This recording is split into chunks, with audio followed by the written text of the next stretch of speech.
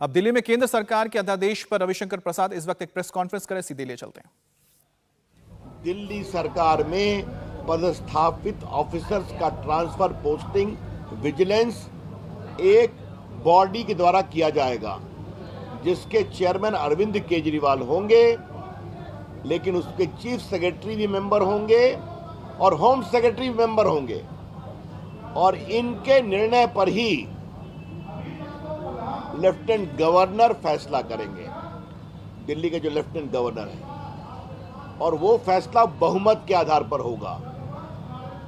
तो दिल्ली में काम करने वाले अफसरों के निर्णय के बारे में एक पारदर्शी और उत्तरदायी प्रक्रिया के लिए ये ऑर्डिनेंस लाया गया है। This ordinance is designed to ensure greater accountability, transparency and dedication for upright officers। और जो केजरीवाल सरकार का रिकॉर्ड रहा है, मैंने आपको बता दिया, कई कॉम्प्लेन आए हैं मेरे पास, वो रिकॉर्ड पर भी है। तो इसलिए मुझे लगा कि ये बहुत महत्वपूर्ण राष्ट्रीय विषय है कि दिल्ली भारत की राजधानी है, दिल्ली भारत का दिल है, दिल्ली भारत की नाक है, दिल्ली भारत की छवि है, और दिल्ली के ऊपर पूरे देश का अधिकार है।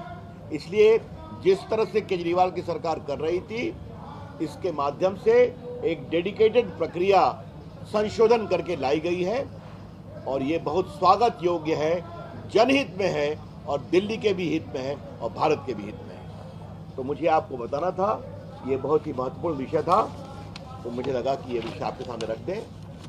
अब आपके इस बारे में कोई सवाल हो तो मैं सवाल करने का। कितने अधिकारियों ने अब तक कंप्लेंट किया था इस सरकार के खिलाफ?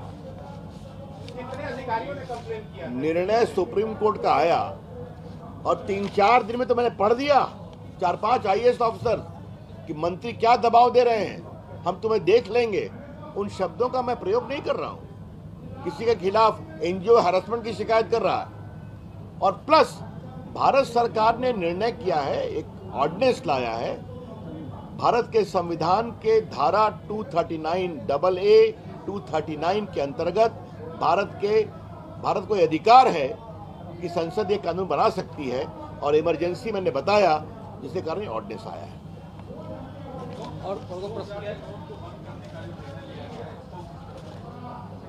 देखिए, इस पर रिजर्व बैंक ऑफ इंडिया का फैसला है, और रिजर्व बैंक ऑफ इंडिया ने इस दिशा में बहुत ही विस्तृत नोट इशू किया है, जिसको आपने देखा होगा।